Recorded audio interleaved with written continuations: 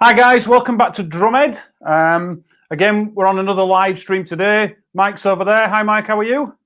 I'm all right. Are you okay? Yeah, very well, very well. So guys, we've got an incredibly special guest with us this evening. I've got to look to this guy for a long time. He's not the sort of band drummer. He is a drummer's drummer and a great educator, a great teacher, and a monstrous player. And I honestly do believe that, and I say this to my students all the time, that he has some of the best hands on the planet. And when we have this conversation with you, we'll start to find out why that is a fact. So please welcome Mr. Klaus Hessler all the way from Germany. My pleasure. My pleasure. How are you? Yes, all fine here in crazy time like these. I hope you guys are doing well, despite all the corona shoot and caboodle and anything that comes with it. Yeah, that's it's a very strange time for all of us, but we've just got to adapt, haven't we, and get on and move it online and do what we can do and follow the rules and stay safe.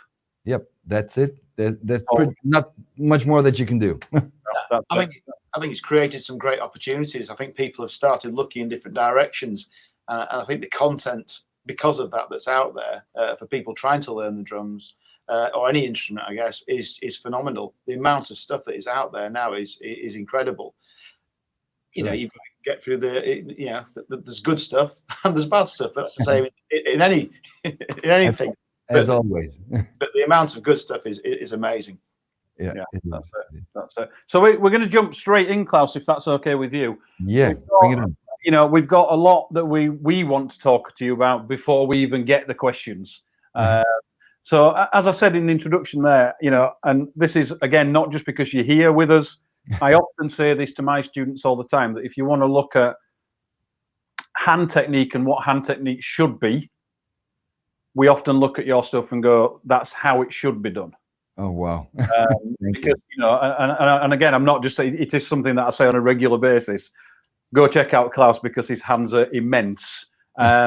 And I'm guessing a lot of that comes from the people that you've studied with and the way that you've practiced the techniques that you've been given. And I know this, many people probably won't know, but you studied with the legend who is Jim Chapin. True, yes, yeah. What was it like studying with Jim? Well, studying with Jim was always nothing less than an adventure, and it was always a pleasure. So I mean, Jim was always fun to work with because not only was he one of the most intelligent people that I ever met till the very day, although it's now 11 years that Jim has left us. So he knew such a lot about anything. You could throw in any subject, Jim would know the details for sure. And I always enjoyed that really a lot. The other thing is that with Jim's teaching, there was no, this is right and this is wrong. He was not that kind of a teacher. He would teach you, okay, if you do this, you will get this. You would learn about the consequences. If I do this, I get that.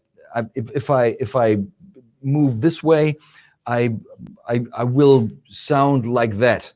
And that attracted me a lot in many different ways because it really gave me a much better and much more complete understanding of what drumming should be. And I'm trying to preserve that method and that strategy in my own teaching as well. So with Jim, it was always a bit of an adventure also, because if he noticed that that you're starting to understand what he's talking about, he would go off and possibly leave a cloud of dust behind, and that was it. But for the most part, it was always enlightening, and it was always a huge load of information. Yeah. Which areas of your playing do you think he managed to improve most when you were studying with him? Was there any particular areas that he managed to really make a difference? I mean, for sure, hand technique was very much a cornerstone of Jim's teaching, I should say. and also the whole field of independence in the broadest sense. And with Jim, you really learned that if you had a certain amount of technique that allowed you to apply dynamics in any possible way, it would also infect the way of how your independence comes together. So you were starting to see the full picture. It was not just, okay, play this with one hand and you play that with the other hand and then good luck. It was not like that. It was, once you would understand how that piece of wood is working in your hand, you would be able to do a lot of different things. And Jim was just assisting with that. He was not into a special style of music, but he understand the foundation of drumming. That's how I look at it today. And I was, and the benefit from that was huge, no matter what kind of style of music you were into. Right. Mm-hmm. Is it a thing that you, obviously you do a lot of teaching as well from students all over the world? Is the technique of playing an issue that you find all the time, that people are trying to, not necessarily what they're playing, but the way that they're playing it is the thing that's holding them back? At times, yes, and there are certain things which seem to come back. So let's say, for instance, say around, I don't know, 15 years ago, you would not see a lot of drummers that would be holding the stick like into the drum or into the cymbal. You wouldn't really see that, and now you're starting to see that come back. But what I also see coming back is a lot of people are having trouble with their hands, with wrists and carpal tunnel stuff and anything related. And to a good degree, I mean, in 99% of the cases, all those injuries and all those medical issues that pop up all of a sudden are a mixture of certain, say, misbehaviors that include pressure and positioning. Mm. And once those two aspects come together in a maybe still even in a more weird way than it used to be, then it's pretty much likely that you're going to hurt yourself and you're going to have trouble playing the instrument until the day you die. And that's what I have in mind. I want to play as long as that. Yeah, well, I think we're all the same, aren't we? We all kind of find ourselves lucky that we found the drums in the first place, or the drums found us, whichever way you look at it, and we want to be able to do it. And as you get older, it gets a little bit more difficult sometimes to be able to do that. So we have to take care of the arms and the legs and things, the actual interaction with the kit. Sure. Yeah. Absolutely. Yeah. Yeah. Was it obviously you studied the Moeller technique in depth with Jim. Mm-hmm. Is the Moeller, I'm going to ask you directly now, is the Moeller as big a myth as everybody seems to make out that it is? I would say yes and no. Right. I mean, first of all, in a nutshell, Moeller technique was nothing that Sanford Moeller came up with. It was not his idea. It was not his invention. He would look at veterans of the US Army, and most of his observations took place somewhere in the mid-20s. And Moeller pretty much looked at these guys. He made a system out of that, and Moeller's students were starting to call it Moeller's system, or the Moeller method, or the method of Sanford Moeller, or the Moeller technique system, blah, blah, blah, till we finally made it Moeller technique, or simply just Moeller in short. And I mean, that alone tells you Moeller did not invent this. He only took something and analyzed something which had been there since many, many, many years, if not hundreds of years. Mm. Less or more or less.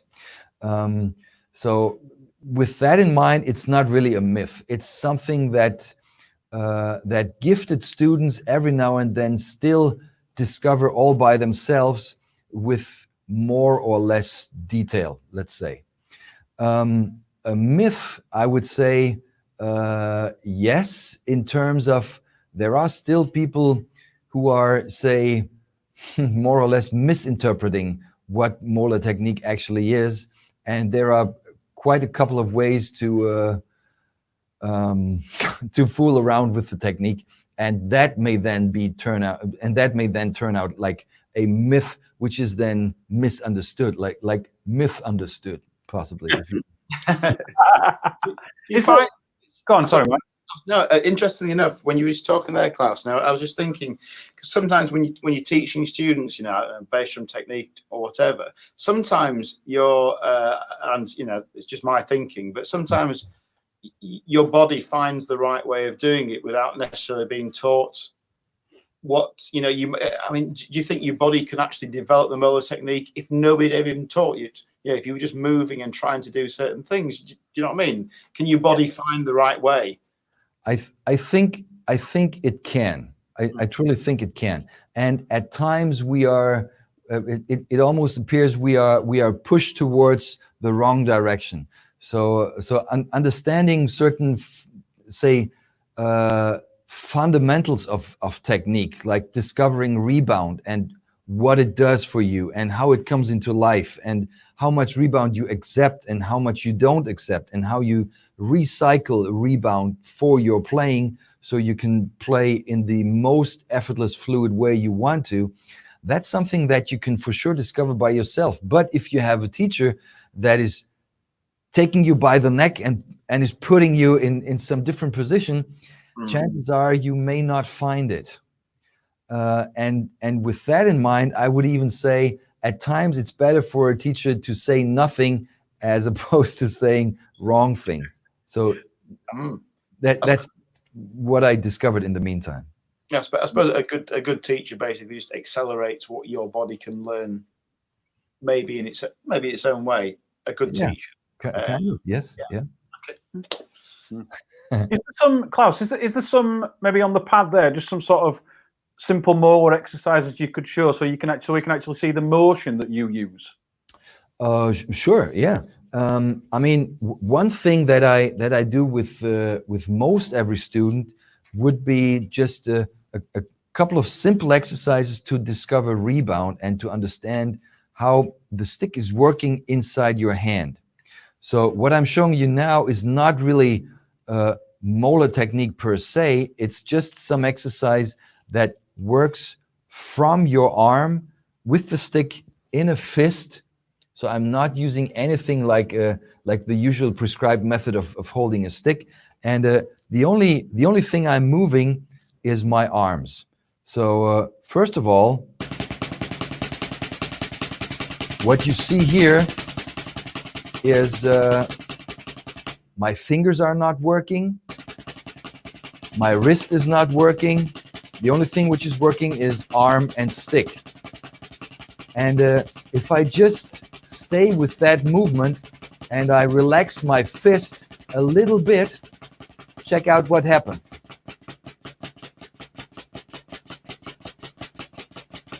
And if I close my fist once again, I get back to the double strokes. And if I open it a little bit more, I get the flams.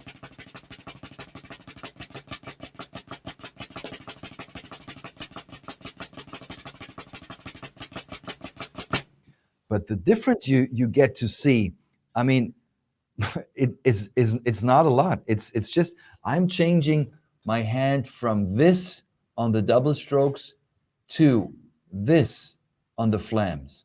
That's all I do. Double strokes, flams. Double strokes, flams. These are the two basic conditions of the hand, and that just, I think, teaches you what rebound can do without bringing in wrist or fingers or a combination of them right away. It's just allowing the stick to do what it wants to do. And if you take things from there, you already win a lot. That's number one. Number two is, say, most people, I would even say 11 out of 10 maybe, still are still having trouble with the fundamental difference between molar technique and most other techniques. that make use of up-down strokes, up-down full strokes. So, for instance, if I were to play something like that, a full stroke, a free stroke, full stroke, or a half stroke, or a low stroke, I mean, the tip of the stick defines the stroke. With Moeller, that is not the case. The up and down with Moeller technique refers to the direction of the hand at the time of the hit.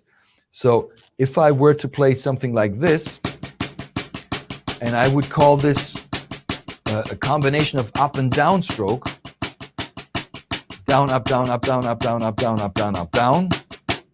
So if you watch the tip of my stick, it's not really indicating the ups and downs, but the direction that my hand is traveling, down, up, down, up, down, up, down, up, down, up, down, up, down, very much defines the up and down. So the only super important thing on the side still is the tip of the stick needs to react. There needs to be what Chapin called the fly back. We would most likely say rebound today, but allowing the stick to rebound and to fly back is like that super important condition that you need in order to develop any technique, I would say. So if you keep in mind, or if you, let's say, if you were to say, oh, I'm practicing Moeller technique today, and you start by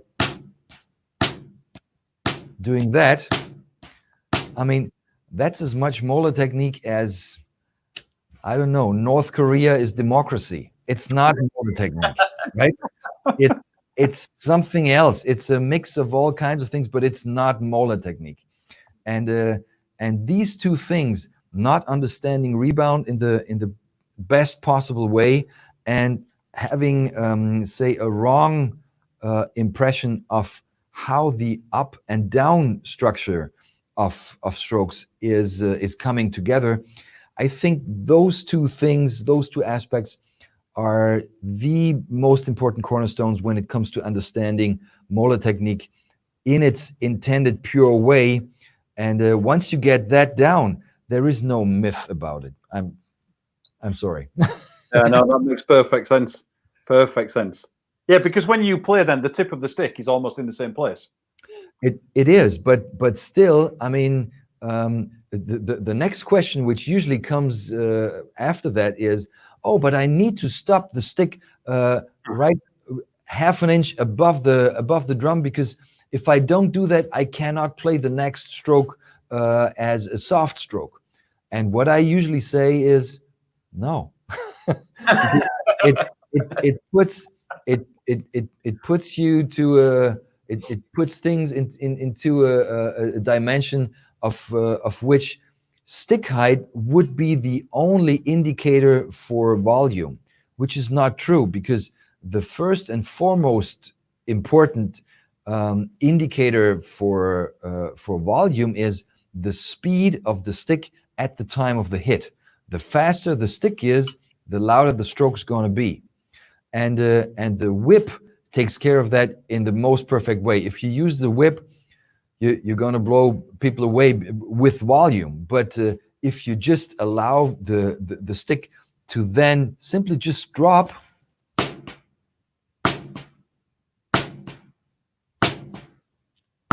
I mean, even if I were to use a real drum, right?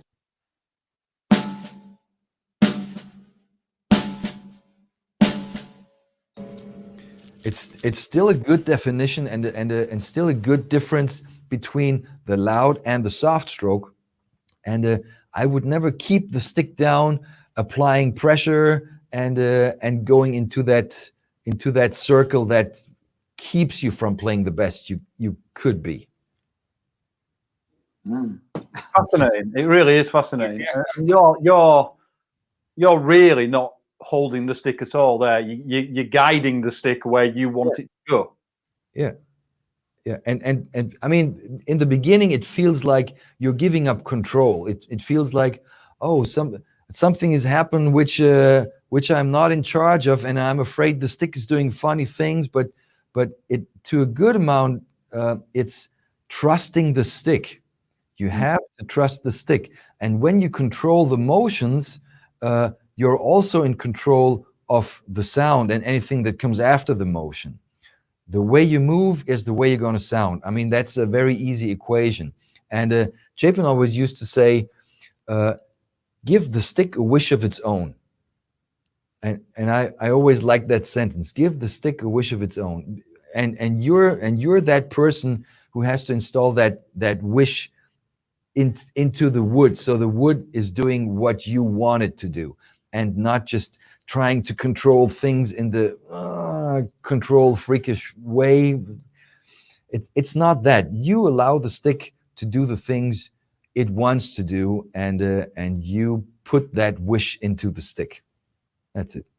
Yeah, that's amazing. And it obviously gives you, I'm talking personally to you now, an enormous amount of control over your playing because of the content and the way that you play.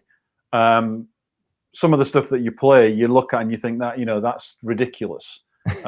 In terms of, the rude. I mean, we've actually got a question which leads on nicely actually from Paul, which is, what's the difference between the Swiss or European and the standard rudiments?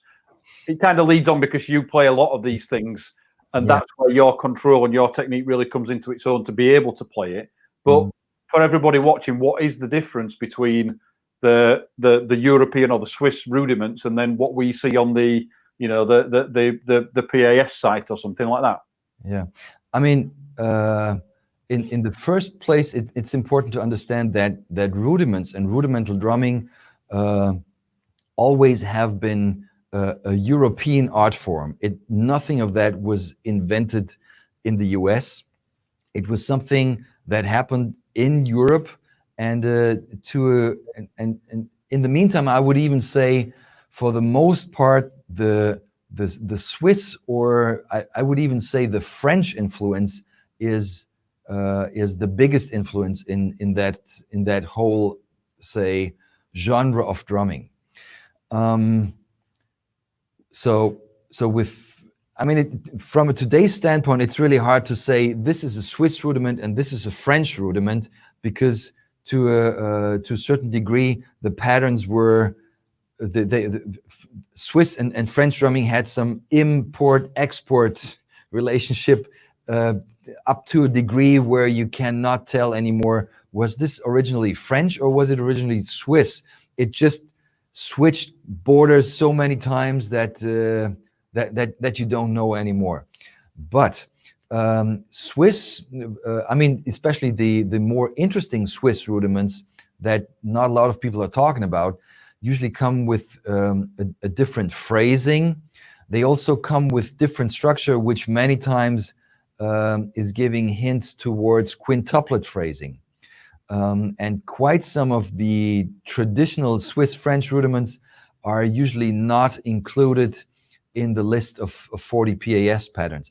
There's yet an alternative list of European rudiments, which is the Rudimental Codex. So if you guys want to go to my website, klaushessler.com, you can download this poster for free. It has been put up by a Germany-based drumming association, which is called Percussion Creative, and we put out the so-called Rudimental Codex. And just to give you a little example, one of my favorite Swiss rudiments is the final of 7. It sounds like this.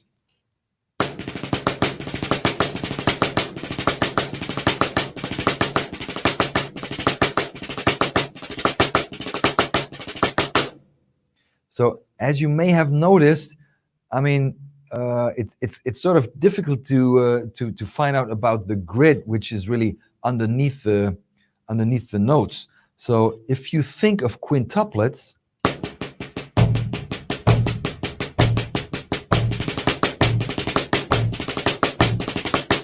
and you double the second and the third position, and you have single strokes on the first, fourth, and fifth position, you end up having the final of 7.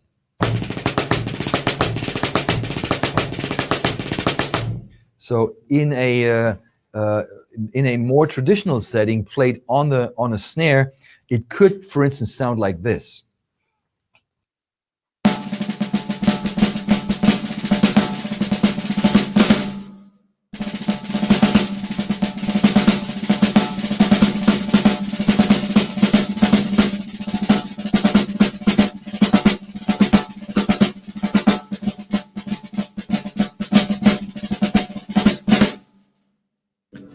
Somewhat like that. So it has a completely different vibe, which is not too much relying on 16th notes. You have those hints towards quintuplets and different rhythmic grids. And for the most part, you also don't have a fixed set of dynamics. Many times it's the phrasing is organized in some sort of crescendo, decrescendo. It may be loud, soft. It doesn't come with an exclusive dynamic setting as it is with most, say, American style rudiments, I should say. And is that something that you use in your playing as well? Oh yes, big time. Yeah. All the time. And I mean, I make little variations out of that. Of course, I do orchestrate stuff, but especially a lot of my solo playing is really stuffed with Swiss and French rudiments and offsprings of that. Yep. That's why it makes no sense to anybody who's trying to work it out, isn't it? Could you give us a couple of minutes, just an example, Klaus, of that? We can see what you mean by that. Of course. So I mean, you heard about the final of 7, and if I say, for instance, if I split this up between the hi-hat and the snare just in itself, you possibly get a groove like this.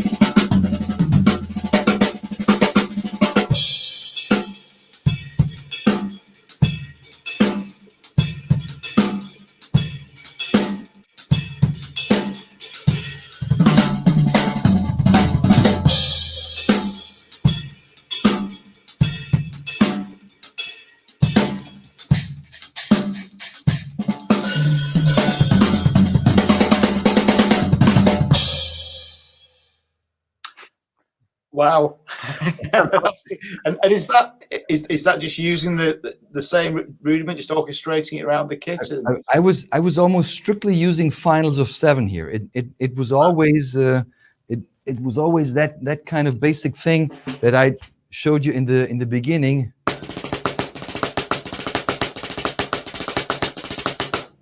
I just would orchestrate it in different places around the kit. What I do at times is I change the distances between the notes. So, I mean, and especially from there, you would, I mean, even if you know about the final of 7, you would not recognize it right away. So I'm making that little twist from here to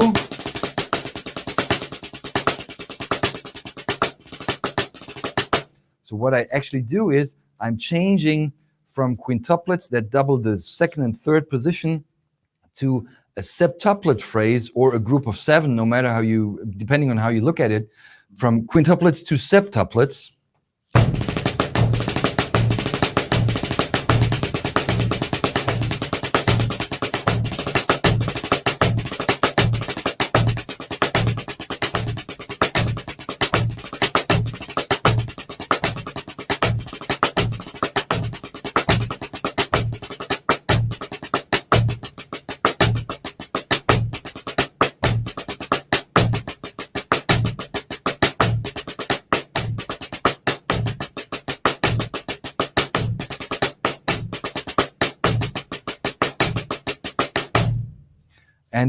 And using that strategy, it's actually quite simple to switch from the 5 to the 7 grid, because you're not changing anything about the sticking.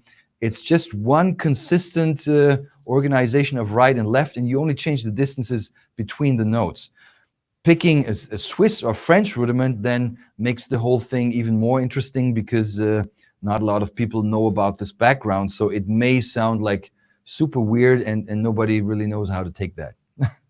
Absolutely brilliant. Absolutely brilliant. So that's going to lead us on to the next thing I want to talk about. But I've just got a couple of questions which are going back a little bit that have just come in.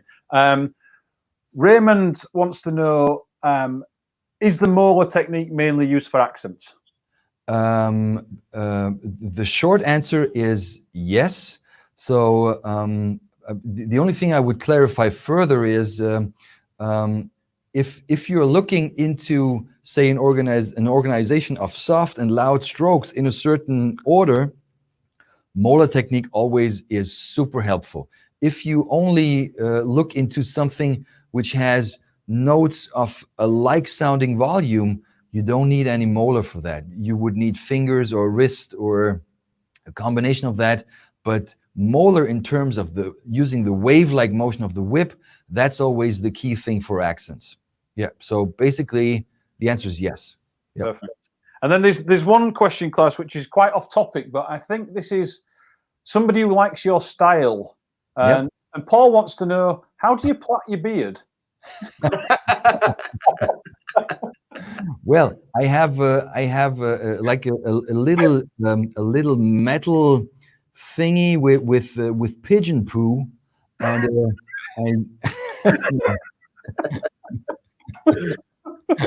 Brilliant. We did warn you about the questions. It's all fine, and my 3 women really like it.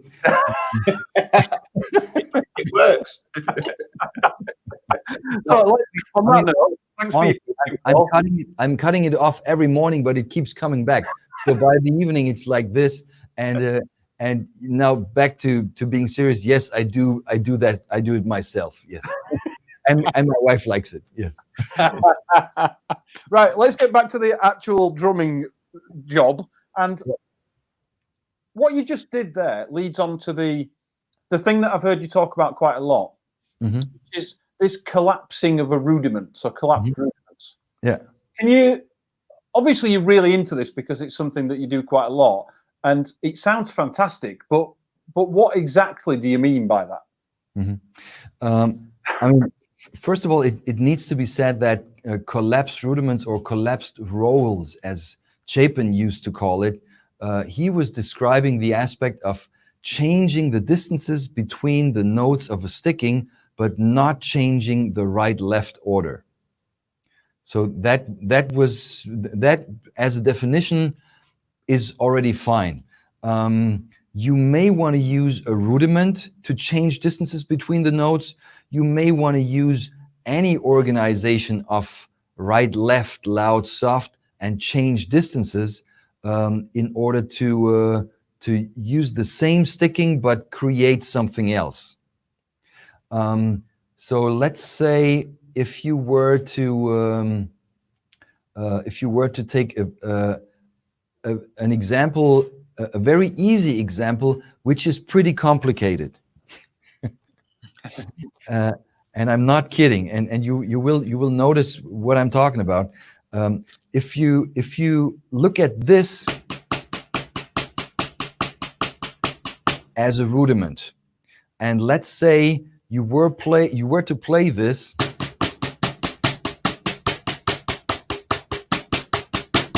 with both of your hands, and now you pretty much just one hand stays where it is and the other hand keeps changing.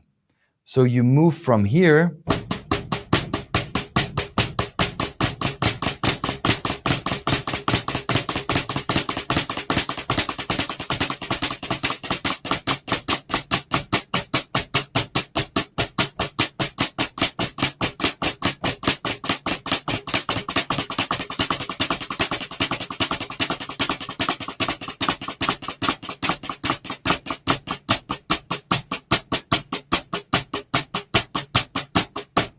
So it's still the same pattern. You just give it different spots in the right-left combination.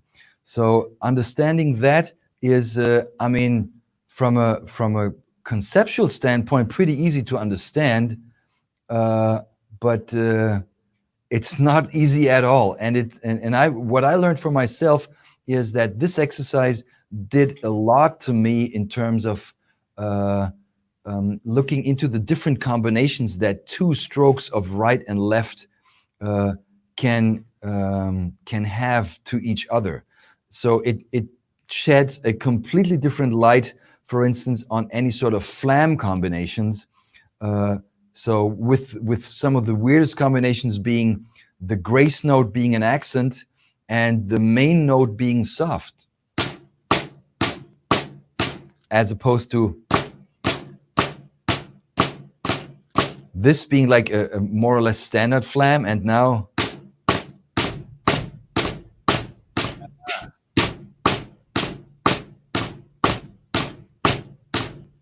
so the next time when you ask yourself, boy, why does my student not understand how to play this flam when the student is playing or something like that, just imagine yourself what it would feel like to accent the grace note before the beat and then play the note which was originally strong as a weak note on the beat.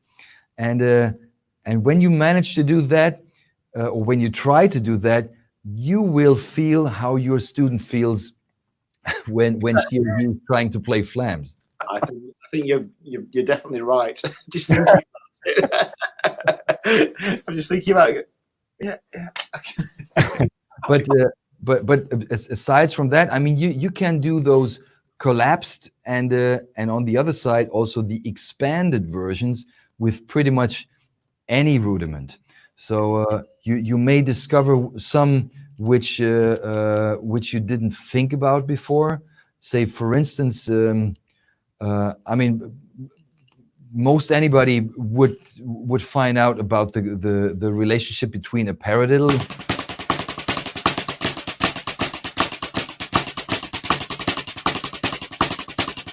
and the flam accent, which is the same sticking. So in that case, you could say a flam accent is a collapsed single paradiddle. Okay.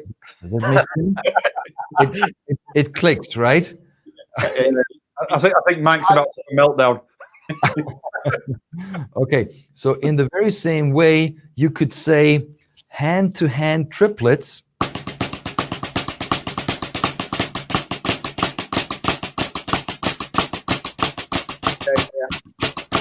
are inverted flam taps. So the inverted flam tap is a collapsed hand-to-hand triplet. And you could also describe it the other way around. You might want to say hand-to-hand triplets are expanded inverted flam taps. So it really depends on which side you're coming from.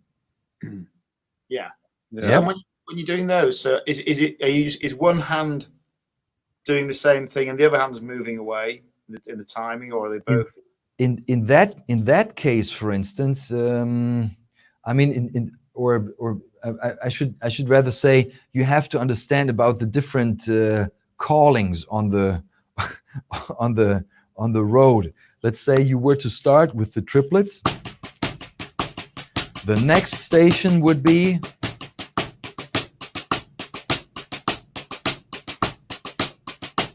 and the next station would be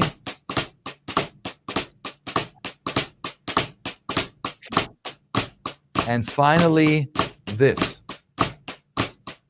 So it's somewhat like as if you were to play a jazz cymbal pattern with alternating hands.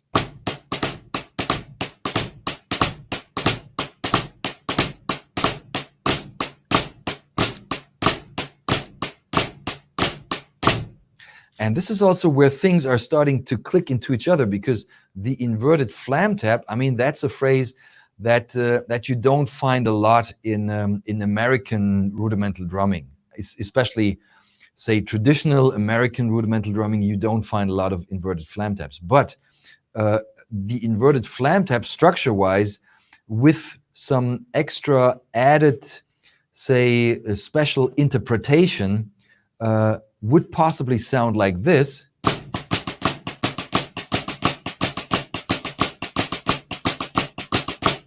And when you hear that, that is again a Swiss rudiment, which the Swiss call the so-called doublé. It's the doublé. The French, and it's funny that I'm talking stuff like that on an English platform now. The French are calling this the coup anglais, which literally translates to the English stroke. Ah. And so, have you guys ever heard about the English stroke? No. No, never. So I'm having my little historic speculation why that is the English stroke. It could be by reason of It's really easy. no, it's actually a historic fact that that the British kings in the 1600s would employ Swiss drummers, and the Swiss drummers would, of course, not just bring their drums, but also their patterns and their phrases. Mm-hmm. And in the aftermath of that, of course, British soldiers invaded France. So what the French would hear from British drummers, for instance, that kind of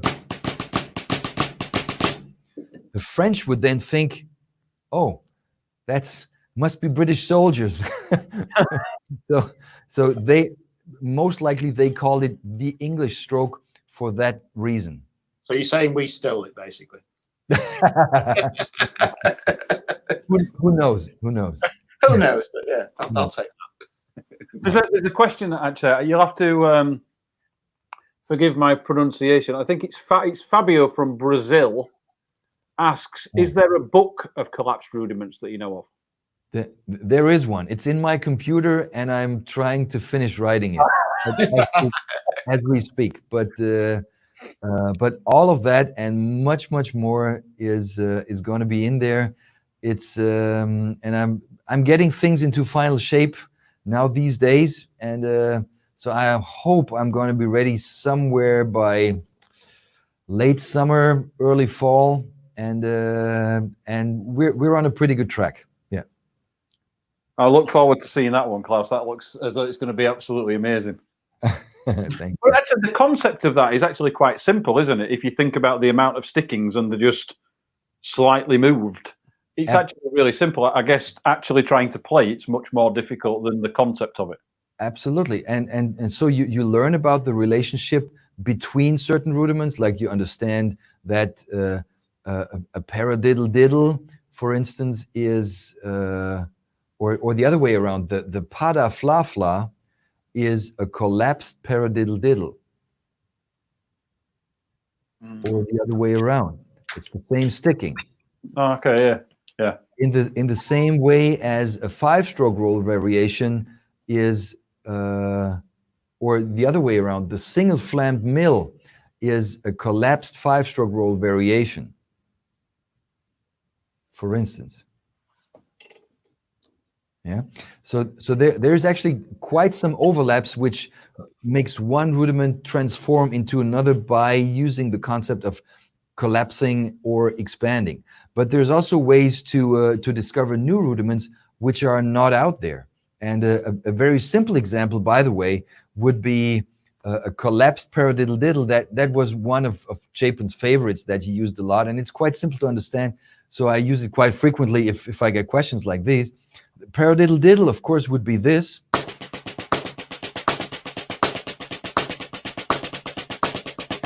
If I collapse the position of the 2 double strokes in terms of I make it a flam, where the 2 double strokes meet each other, I am losing 1 rhythmic position. So I deduct 1 rhythmic position from the 6, which makes me play 5.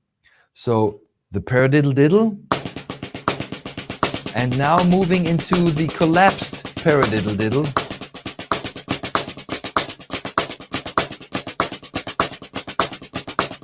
And back.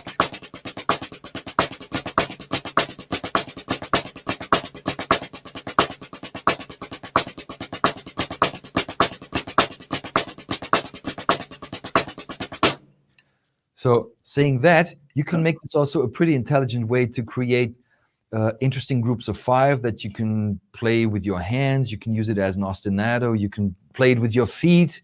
There's tons of different ways, and it's all about phrases which are not out there on somebody else's shelf. You discover them on your own, and you pretty much say invent your own vocabulary, which is something super creative, I think. So if you sorry for being stupid, but if you collapse any one of the standard rudiments that we know, will you end up with one of the other rudiments, or will you end up with something you just made? Will you end up with another rudiment? If you so collapsing is just the process. Yes, collapsing is the process of, say, you take one spot of the pattern and you bring the notes closer together to a flam-like distance or to a double stroke-like distance, which makes you lose one position. So you move from 6 to 5, like in that case. Many times it makes sense to expand the rudiment to its full shape with equal distance to all the strokes, and then collapse, because it's much easier then to come up with certain changes, let's say. So for instance, if you were to look at a 7-stroke roll, maybe, let's say,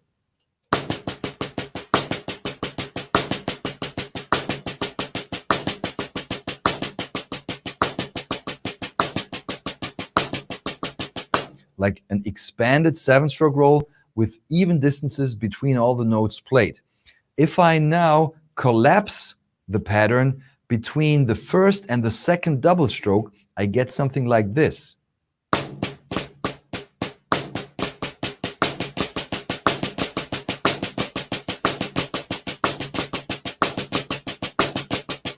The original pattern again. And now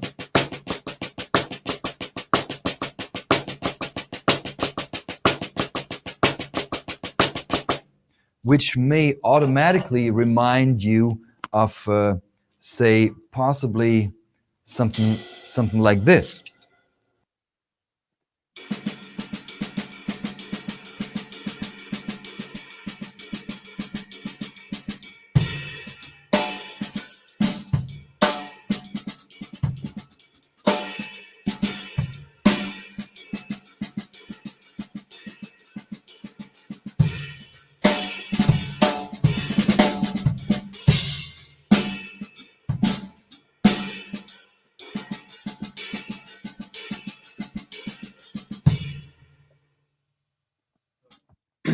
So if I play it in exactly that shape, it automatically creates some sort of reversed jazz cymbal pattern with added ghost notes on the snare, but finally can be easily traced back to a 7-stroke roll combination.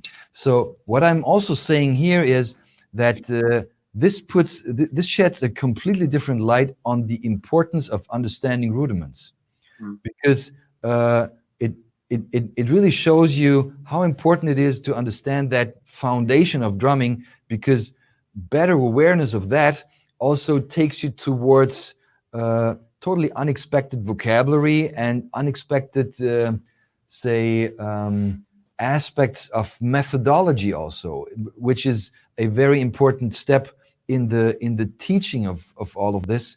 And especially with an instrument like ours, which still has not that much of a methodology. It's only 100+ years old, and we're still lacking a lot of, say, common sense that everybody is subscribing to. That's at least how I look at it.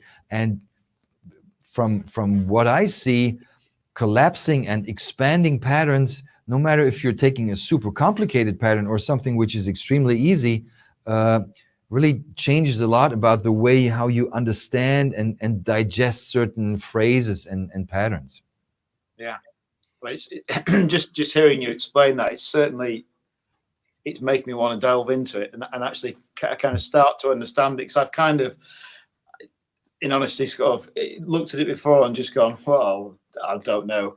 Yeah. And among the good news is I've got the rest of my life to master it. But it's fascinating just seeing you interpret that and how you can move and put it into the sort of the groove sense as well. Yeah, brilliant. Yeah, that's great, Klaus. Thanks so much. Just a couple of final things. We're coming up to time now, so we'll start to wrap up very soon. There's one question which I get asked quite a lot about you, and I very rarely have to go, I don't actually know the answer to that, because I've been doing this long enough to kind of be able to give an answer. Yeah. But there's one thing that people see you do that I still can't explain. And if you can show us really quickly, and it just demonstrates your hand technique. You did a thing maybe a few months ago where you played 5 notes really quick. Can you remember what that is? Yeah. What is that? I first saw it, or I first heard it, I should say, with the record by the great Papa Joe Jones, and he mentions Billy Gladstone would play something like that, and of course on the record you could not see how Papa Joe is doing that. He would just say, okay, it's pretty much that, but I only do it with one hand.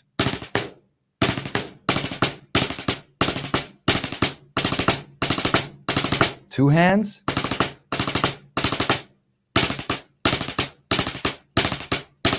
One hand. So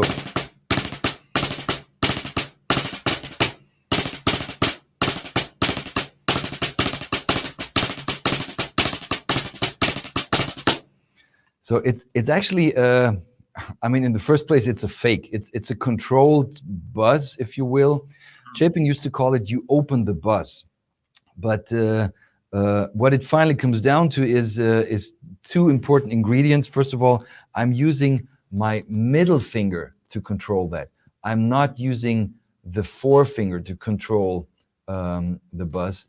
It's pretty much from here, and thumb and middle finger are the 2 most important ones here, and I'm starting relatively low,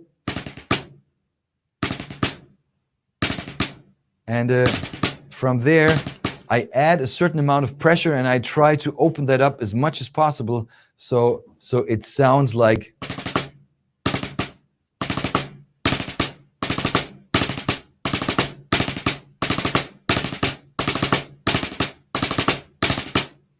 And that's already it. I also saw it with Joe Morello quite a while, I mean, many years ago on some of his videotapes. And he would, of course, do it like traditional grip, which I can't really do, only kind of. But then still playing something on top of it, like a couple of, like a hi-hat groove, something like this, for instance.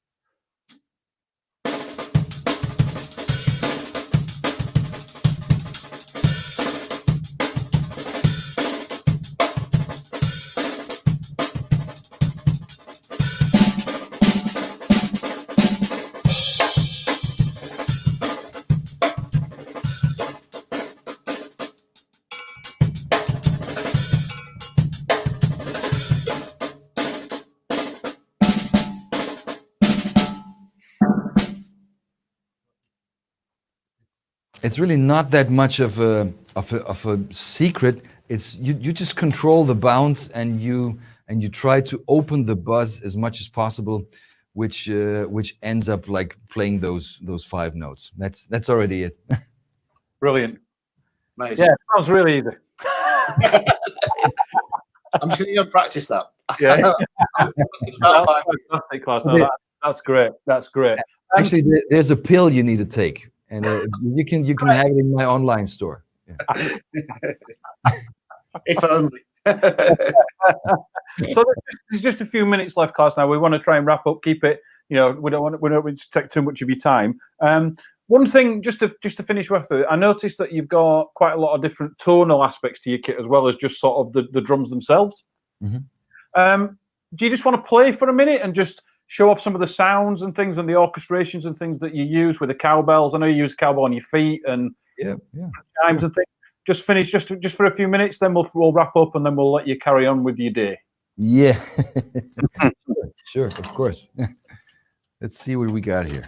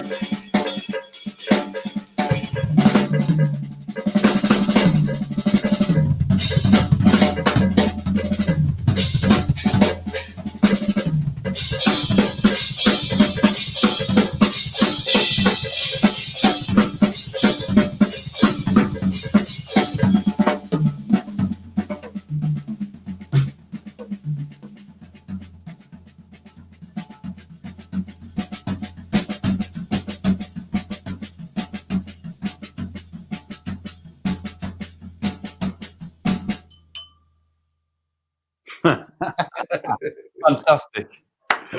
Brilliant. Yeah. Is there somebody in the room playing that cowbell? It's not. I pay this guy extra money. No, that's absolutely fantastic, Klaus. All I can say from everybody here is thank you so much for joining us. And to everybody at home, go, if you don't know of Klaus, obviously you should go check out Klaus's stuff, KlausHessler.com. Check out Klaus's books. There's Open-Handed Drumming 1 and 2. I believe I'm right there, Klaus, yeah? Yes, there are, and you may also want to find out about my band, which is called Flux. It's a Hammond trio.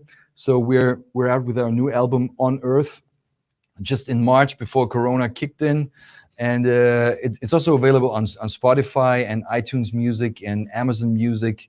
So if you want to find out more about us, there's 3 albums. It's On Earth, it's On Fire, and the Water album, and tons of stuff. check out my website, follow me on Instagram, the whole shooting caboodle, you know the game. And guys, that album's amazing. I put it on my Instagram, I don't know, a couple of months ago when I got it. It's brilliant. Thank you. Get that one out. And then for everybody else, guys, don't forget we've got, log on to drumhead.com. All our online lessons are in there via Vimeo on demand. Like and subscribe on Facebook, YouTube, and all the usual places. And we will see you next time we do these things. Again, from everybody here, Klaus, thanks so much for joining us. Thank you very much. Thank you guys for having me. It was a pleasure. I'd like to. Hopefully, when all this is over, we'll get you over to the UK and we'll do some lesson packs with yourself, and we'll go into this in a little bit more detail. I'm in. Brilliant. Thanks very much for joining us, guys, and we'll see you next time. Stay safe. Thank you so much.